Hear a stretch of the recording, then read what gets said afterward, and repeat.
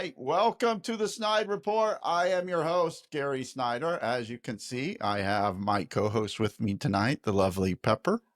Say hi. Now, I think you were muted there, Pepper. All right, and our guest tonight, which you can kind of see right next to us here, we'll get to him in a minute. But first, we need to thank our sponsors. First of all, Robin Winston. He's been with us from the start on both the newsletter and the podcast. So thank you, Robin Winston. Former Congresswoman Jill Long Thompson, her newest book, Across the Aisle, Why Bipartisanship Works for America, is out. Get that anywhere you get your books, where you buy your books. Next up, we have Congressman Andre Carson. Thank you, Congressman Carson. They've been with us from the start. Couple new sponsors, State Representative Cherish Pryor, longtime sponsor of the newsletter, and also State Senator Greg Taylor. Thank you, Senator Taylor. He's been with us from the start on the newsletter too, making the jump over to the podcast. All right, joining me tonight, besides my better half, Pepper, is Mark Sloan. Mark, welcome. Hello. Thanks for having me. Well, a lot of people are probably scratching their head right now going, who in the hell's this guy? Probably are, yeah. But we're going to introduce you. And of course, we have Pepper with us tonight. I asked her, I said, are you going to join the podcast with us tonight? And she goes, it's going to take some wine and not that cheap Boone's Farm shit you usually buy me. I forgot to fill up before we started. Pepper just put the bottle next to her. Oh, there you go. Now, before we get started, we do want to preface this saying that Mark is a relative, cousin, I believe, by marriage. So just so we get any conflict of interest out of the way. But the reason, Mark, I wanted you on tonight, and I booted a lot of high-profile guests for today. I did it. Wow, I'm sure you did. I was being the boomer that I am. I was scrolling through Facebook today.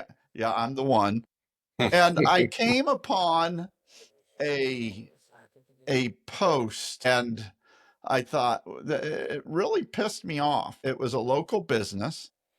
And they literally posted. No, we're not naming any names. I'm not going to name them here. We will later. But anyway, it's a local Huntington business, a fairly popular local business. And they basically, and I'll just read you what they said here. When you see a small business raising their prices today and over the coming months, it's not to make more money. It's to stay open, keep their employees working, and to continue to serve their customers. So please continue to shop local, support small businesses during this very difficult time. Thank you. And it has a big heart there. So it means it's extra special. And while that made me mad and kind of pissed me off, what really enlightened me a little bit was I saw this comment by this guy named Mark Sloan. And I'm like, hey, I know him. Wait, are you supposed to use my name? I'm using your name because I just won't be able to go back to Huntington for a while. But anyway, so your comment, and I'm going to read it. So why is it you think prices are going up? With 4 question marks. All of the Trump-loving people in your town who voted for Trump may want to ask themselves why they voted for him. And so that caught my attention because when I heard about this, or when I read this thing from this local business, they're well-known Trump supporters. And I almost felt offended because how dare they, and I'm trying not to cuss here, how dare they complain and ask for pity when they voted for this? And I think that's what you were getting to, right, Mark? Yeah, exactly. I read it and immediately I thought, okay, I've been to this place and I was there during COVID and it was pretty obvious that they'd completely rejected the whole idea of any kind of trying to protect themselves during the whole COVID experience. Or their employees. Pardon me? What? Oh, no, their employees.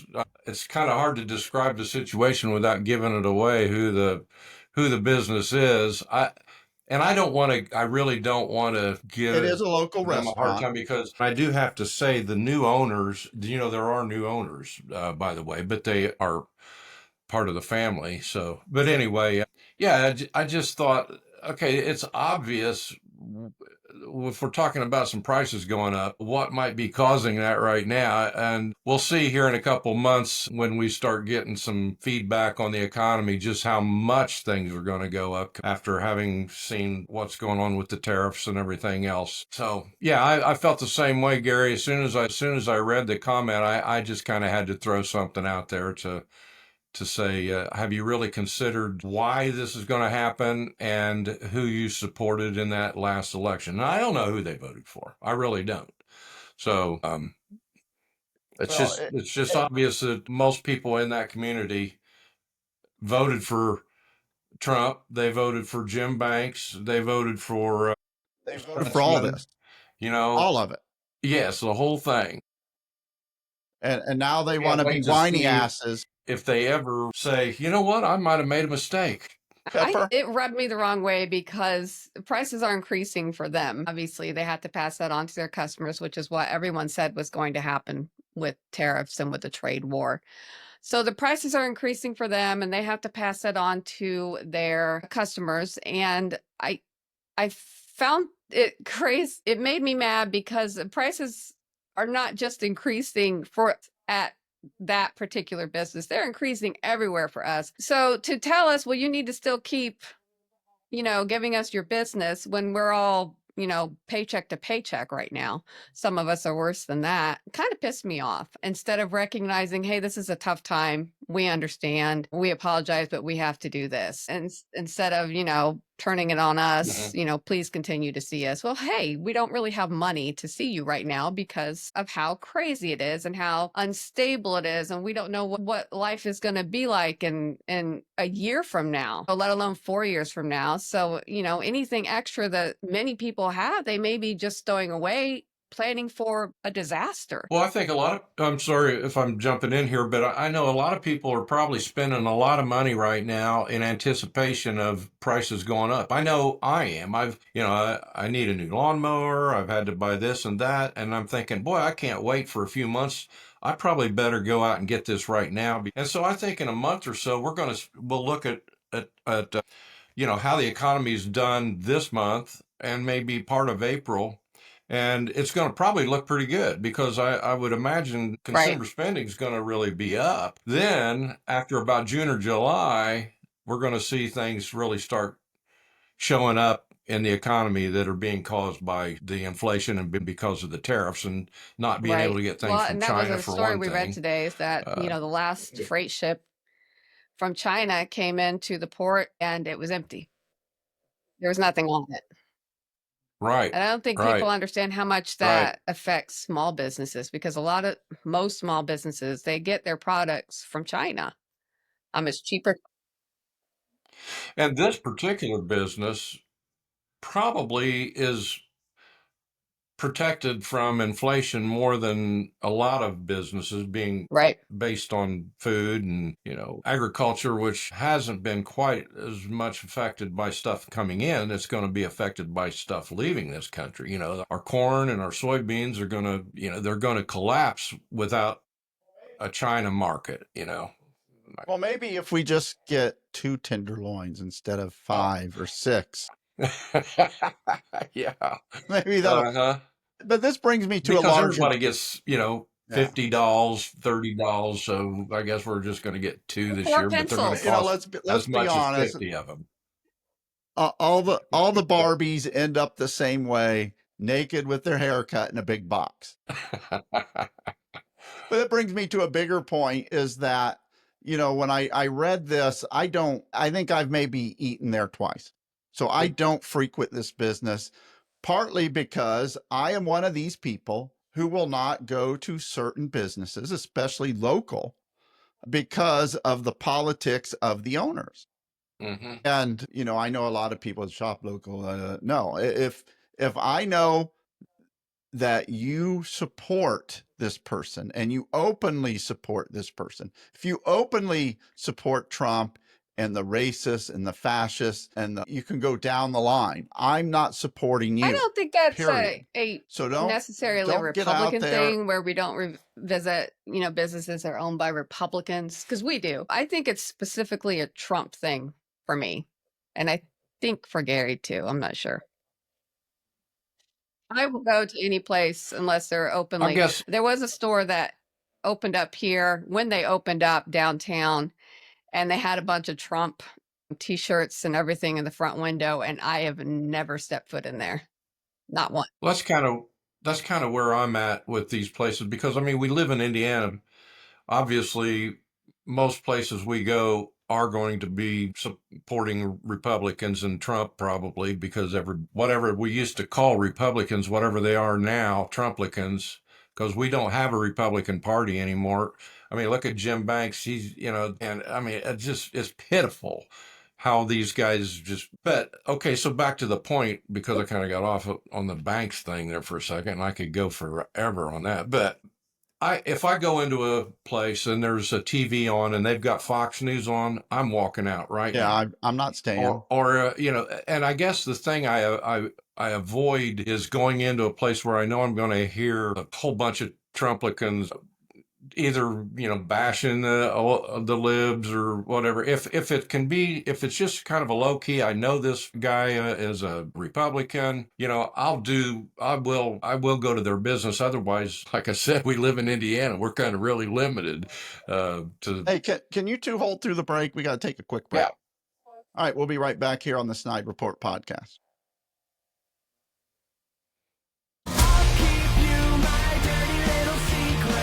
It's rock and roll. It's racing. It's Miller Lite Carb Day. Co-headlined by the All-American Rejects and Bret Michael. Friday, May 23rd at the Indianapolis Motor Speedway. Following the final Indy 500 practice and the Pit Stop Challenge. Concert, pit, and VIP tickets available now at ims.com. All right, welcome back to the SnydeReport. I am here with my co-host, Pepper Snyder, my better half, as a lot of people say, and also Mark Sloan, who we are featuring tonight because he responded to a post that talked about one of these local businesses that are very Trumpian, and they were wanting forgiveness. They were wanting us forgiveness. to continue. They want us to keep doing business there despite the shit show that's coming and that's here now. And I'm not going to do it. And I've done this with, I do very, very little local shopping. Now, is every business that I visit, a Democrat business, or probably not? But if I'm visiting a business and they are Republican owned or support Trump and I don't know it because they don't tout it, I'm still going there. Mm-hmm. But other than that, and you can go down the line. I mean, car dealerships. I'm not going to Kelly Automotive in Fort Wayne. As much money as he has given to Diego Morales. And you can go down the line. We'll put up a list of the car dealerships that gave Diego Morales money. And I am not visiting him. Yes, I am one of these people that will say, hell no, if you are a Trumplican, if you are MAGA and you promote it, I am not visiting your business. I'm not giving you money, period. I'm with you on that 100%. If they can kind of keep their political beliefs to themselves and not try to push them. If I walk into a place and I'm seeing advertising or Trump hats here and there, I'm not going to support them. I don't feel comfortable in there. I don't want to be in there. Mark, you were talking about Jim Banks and yes. some of the stuff that he says now. And it's funny because he used to be, back before I ran against him, he used to be very professional, and his Twitter and his social media was very professional. It sounded like a grown-up was talking. It sounded like a grown-up was in the house or running for office. And now it sounds like there's an 8th grader there who's pissed off that his parents won't let him go see his girlfriend or something. He got trumped. Yeah. He's crazy. He got trumped. He really got trumped, and he just doesn't know how to get untrumped. And the comment he made when he was getting on the elevator that one day, I could not believe he'd stoop that low. I think Todd Young is still has some. I still have some respect for him because I don't think he's as big of a suck up, you know. But Yeah, he Banks, did not endorse Trump for president. I mean, no, say right. that, take that for what it's worth. Hmm. So if you're listening to this, there's a comment section below. Hit the like button and comment below. Do you not visit businesses because of what the business represents politically? Whether you're a Republican listening to this for whatever god awful reason, or you're a Democrat, let us know if you do that. And if you're boycotting a business because of politics, leave the name below in the comments. We want to know, because I want to make sure that I am not giving my money to any of these businesses that support Trump, support Republicans. I mean, we have a governor of this state that said that states should have the right to ban interracial marriage. We have a lieutenant governor that says that the three-fifths compromise was a good thing, a good move. That black people being three-fifths of a person was a good move. And, I refuse to give money to them. And, that may make me an evil person. I don't really give a shit, because I'm not giving this local business money. As much as they want to whine and cry about rising prices, screw you, because you voted for this and I have to live through it now. I agree, I 100%. agree somewhat. I don't worry so much about a business and what they support. I'm not going online and actively looking for who voted for Trump and who supported Trump. But when I see it, like if it's blatant in my face, like the clothing store that opened downtown that had Trump propaganda front row, front and center, and their front window on their opening day, no part of that. But I'm not the kind that's gonna actively look online or go on a campaign to get people to not shop there or whatever. Yeah, I Well, know you I'm are. telling people, don't go to this restaurant. I mean, why would, sure, I'm if, gonna if really you're, miss their pies, though, Gary. That just some of the best pie I've ever had. But no, Pepper, I agree with. I'm not going to go out of my way to discover who these businesses are, and I know a lot of people have political beliefs that are just they're sort of like, I pay a little bit of attention to this stuff. I really don't know that much about it, but I'm a Republican, so I guess I'm going to vote for Trump. I'm not sure, I'm not going to hold it against the uninformed voter, I guess, but if they're publicly really just flagrantly supporting Trump and now just If really they're supporting any blatantly out there Republican as supporting far as that, I'm to me concerned, tells me because that they don't they'll want half the customer base in their community. Because I know it seems yeah, like Republicans have a right. majority in this state, but there's a large portion of people that don't vote for either candidate for a reason. And I think that no vote is a Hmm. vote. And to alienate not just those that vote Democrat, but also those that don't vote and who refuse to vote because they didn't like either candidate, or those who vote third party or whatever. I think that's bad business practice. If you don't want my business, you're going to put that crap out there, then you're not going to get my business. Yeah. all right, we got to start wrapping things up here. Mark, any final thoughts before we, No, not really, but thanks for inviting me. This is my first podcast I've been a part of, so been fun. Anything in anything closing, closing? Pepper? I don't like that I have to mute myself when you're talking now because I can't just start yelling at you, but whatever. All right. We need to thank our sponsors. Again, Robin Winston, been a sponsor for when we sent out the first newsletter 5 years ago, 147 subscriptions. We now have over 100,000. Robin has been there from the start, helped us get the podcast going. Former Congresswoman Jill Long Thompson, her newest book, Across the Aisle: Why Bipartisanship Works for America. Get that anywhere books are sold. Congressman Andre Carson, running for re-election, deserves to stay in Congress. State Representative Cherish Pryor and State Senator Greg Taylor both have been with the newsletter from the start. They're now joining us on the podcast. Any final thoughts, you two, before we let you run? No, thank you. I'm good. I'm Gary Snyder. They are not. She is Pepper Snyder. He is Mark Sloan. This is the Snide Report, and we are out.